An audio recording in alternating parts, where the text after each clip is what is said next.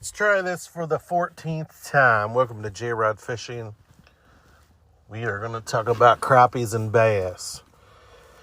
No matter how much we go try to catch a crappie, we try to catch a big bass during a tournament, old line stripe shows up. The old man in the tuxedo, the striper, the wiper, the hybrid, the white bass. They are out there. We've always had a lot of them out here, but I don't care where you go, they're everywhere right now. How do you catch those for fun? Anything you want. Jerk baits, rooster tails, grubs. You name it, you can catch them.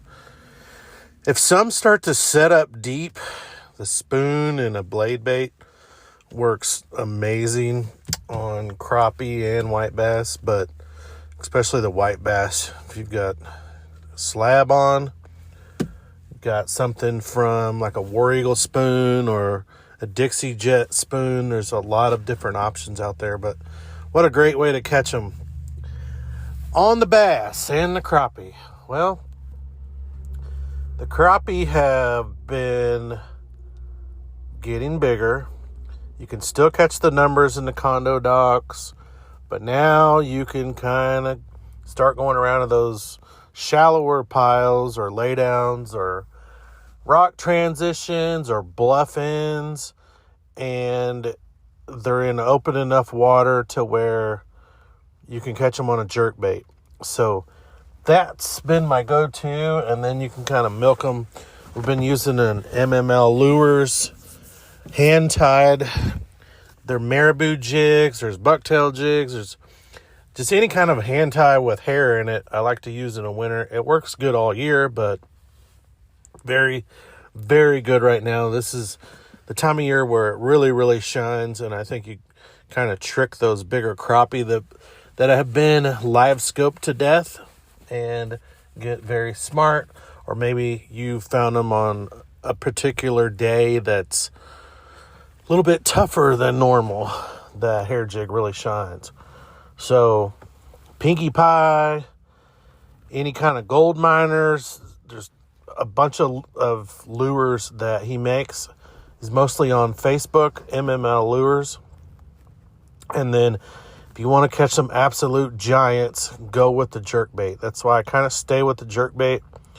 The X80, the Trick Darter for Mega Bass is a great size. The 110 Junior is a good size. You can still catch some on a big jerkbait, a regular 110. Any Lucky Craft DD78, doesn't really matter what color. Your Clown, your Aurora Black, Chartreuse Shad, those will all work great. That's an excellent size, especially if you've got the DD version. You know, you just can't hardly beat those jerkbaits this time of year, and you're going to catch everything. So Saturday we went out and caught 3 nice keepers during the Winter Bass Challenge, which was an amazing tournament. It was super fun, great setup. They have a ramp there if you want to go there, or you can put it at PB2 while Pahiti's open. That would be a great ramp too, but I haven't even checked if it's still open. But PB2 is great. It's out of the wind. It usually works a little bit better to kind of get out of the, if it's super windy or bad weather, PB2 is kind of protected. So I put in there, came over to Sunset Beach Resort, same cove that Backwater Jacks is in, and easy peasy. They know what they're doing. It's the same as the old Bass and Bob Winter Series. So Rob does the weigh-in. It's live. They do good coverage on Facebook. So if you've got sponsors and you want to showcase how your tournament went, or you want to just show your family how you did in a tournament, all the results are there real time, it seems like. So great tournament, super fun. Breakfast, there was stuff to eat after the weigh-in, so it's just a great venue and great tournament. I don't know all the weights off the top of my head, but I can't talk. Congrats to everybody that I think there was 2 right there at the 20-pound mark. So right under 20 pounds. I believe it was Andy Messina again and Gabe. I think they won, and then there was Justin and his partner got second, and then the Andy Newcomb snuck in there in third. So that high 19s, 18 pounds, 17 pounds, that was going to get you a pretty good check. And then Dave and them got the smallest limit was 7 pounds something. So you can win money all across the spectrum if you want to get the smallest limit, or if you want to, you got to go up there and smash them if you're wanting to get a check against these guys. These guys, we've got Brock and Brad. And I think they did real well. I can't remember where they placed. They might have been. Anyway, I don't have it in front of me. Go to the Sunset Beach Resort webpage and Facebook page. They'll have the results, and then the Winter Bass Challenge has their own Facebook page. So go there and check that out. They did really well. There's another tournament coming up this Saturday at PB2. Corey Cook's going to have I don't know what it's called, but a winter series out of PB2 also. There's some other ones to look out for. So I believe Joe Bass is going out of Alhana. I believe Bass World's having one. So get on bassandbob.com and check out the tournament schedule. If something's not listed on bassandbob.com, you can always go to the Missouri Water Patrol Regatta Permit site. Use the drop downs. Go to the lake you want to see. Go to the year. And it will show you everything that has a regatta permit for that lake, for that month. So, tournaments are going to be going, I guess, until the lake freezes. There's a few more up until Christmas, and then we're going to have a little break, and then we're going to have more the first week of January. When I scrubbed the calendar the other day, I think I saw more tournaments in January than I did in February, which is crazy. And I know new schedules are going to come out. There's going to be new tournaments come on to the calendar and get regatta permits. But it was interesting to see that how many tournaments we're going to try to have in January. So we'll see how that goes. Speaking of that, one of the bigger ones in January, I believe, is the BFL. I can't remember what date it is, but it's super early to be here in January. So I don't know. The weather is going to have to work with us. So we'll see what happens. I think the jerkbait A-rig, typical wintertime stuff, is going to kind of dominate the winter as it always does. Right now, if you're going, the water temps are in that mid-40 range. And then if you're lucky, we've had a couple warm days. If you're fishing in the afternoon, you might still see 48. But kind of depends on where you're at. So the further up in the glaze that you go, it's going to get colder. The further up the gravois you get, it's going to get colder.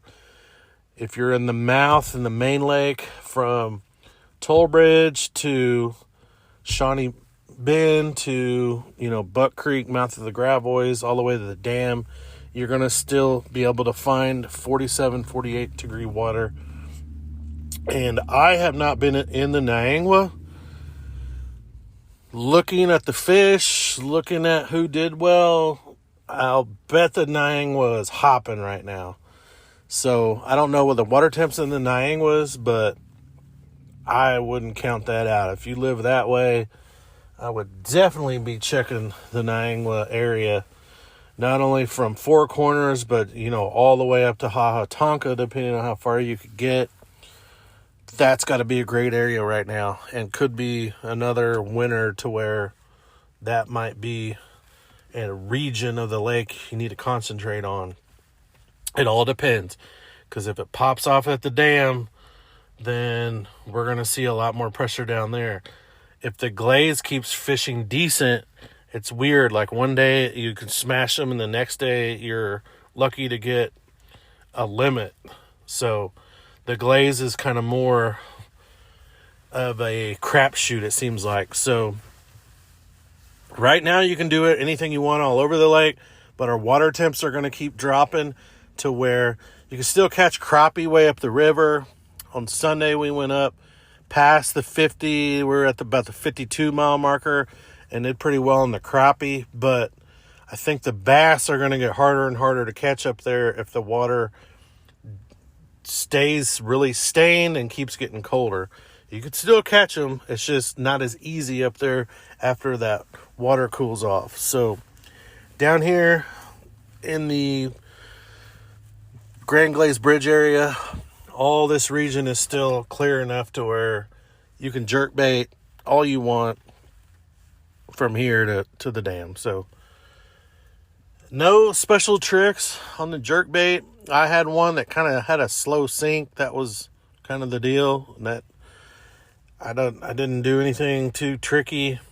Of course, I didn't do that well in the tournament, so I don't think it really matters. I think if you get on a good bank with a jerkbait bite right now, you could catch them pretty shallow, so I don't think you need one that's all tricked out and sinking, but I kind of got into the crappie, so it worked out better to have one that was sinking very slowly. But you don't need all that. You can catch them on a rogue right now, kind of an old school. It's as shallow as some of the fish are. If you like an old rogue, this is perfect time. I haven't heard any more topwater bite. Excuse me. I haven't heard any more topwater bite action going on, so that might be over with. The A-rigs are going to be working from now till the cows come home, till they spawn. So if you're an A-rigger, do it. It's going to work from now until all throughout the winter. And then I'm kind of looking forward to seeing what the fish do and how they set up if you can shake a minnow on them this winter. I know you can catch a few. It seems like every time I try to do it, I get out there and I either catch shorts or I catch smaller ones. I haven't caught a big one doing it yet. Maybe some guys are doing it. I don't know. The wingman from Bojangles seems to be one of those scope baits that if you can get that dialed in, you're going to be hard to beat. But when they're biting a jerk bait, when you're throwing it up towards, rocky transitions and points and, they're kind of like you can still catch them on a minnow, but if they're so shallow, why do that when they're eating a jerk bait? But let's see how that scope bite develops. Maybe we're going to be scoping A-rigs and minnows here pretty soon. So let's see where the water temp goes. It looks like pretty good weather this weekend, and then we're going to have Christmas. So if you're off work, look up some guides if you want to get out. They'll probably do some pretty deep discounts this time of year. And if you want to fill the freezer up, now is the time to get out and catch some crappie. If you want white bass, you can throw them in with it. If you want to eat bass, you can throw them in with it. And then catfishing, I have not tried it, but I'm seeing reports where if you want to catch some giant blue cat right now, get up the river, get a hold of Mid-Lake Charters or one of those that's specifically targeting those big blue cats. Between now and February, it might be one of the best times of the year all throughout this kind of early winter to catch giant blue cats. And then it's going to set in and get really cold, and you could still catch them. It's just right now it's kind of prime time because the water's cooled off. You can get out there in reasonable weather. It seems like they really bite good. Not only here, but on the Osage and on the Missouri as well. Is a great time to go catfishing. That's about it. So, crappie, jerkbait, MML lures, Pinkie Pie, the best color. Some of the Blue Ice colors, Little Foxy. Some of those jigs that you might not be able to get at the stores, but MML has them, and you might have something that's just a little bit more special to get the bites from the big ones. So check those out. If I don't talk to anyone between now and Christmas, have a very Merry Christmas. Happy New Year's. Everybody stay safe out on the water.